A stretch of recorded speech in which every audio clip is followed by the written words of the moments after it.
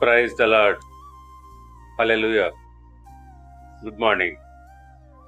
క్రీస్తునందు ప్రియులారా, ఈరోజు దేవుని వాగ్దానము కీర్తనల గ్రంథము 34వ కీర్తన 10వ వచనము. యెహోవాను ఆశ్రయించు వారికి ఏ మేలు కొదువై ఉండదు.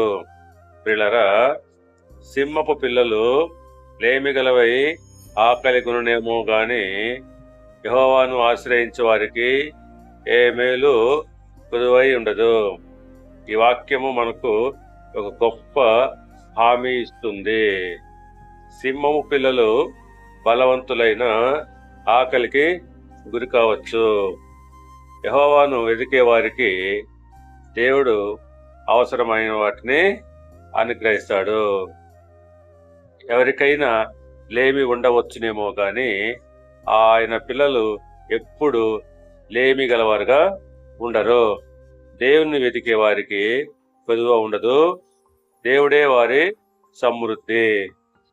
అవును, మత్తయి సువార్త 6వ అధ్యాయము 33వ వచనం ప్రకారంగా, మొదట నా నీతిని రాజ్యమును వెతుకుడే, అప్పుడు అవన్నీ మీకు లభించును. అవును, ఎప్పుడైతే మనము దేవుని నీతి న్యాయాలను వెతుకుతామో అప్పుడు మనకు లోక సంబంధమైనవన్నీ కూడా దేవుడు అనుగ్రహిస్తాడు. దేవుడు మిమ్మల్ని దీవించి ఆశీర్వదించి వర్ధిల్ల చేయనుగాక. ఆమేన్.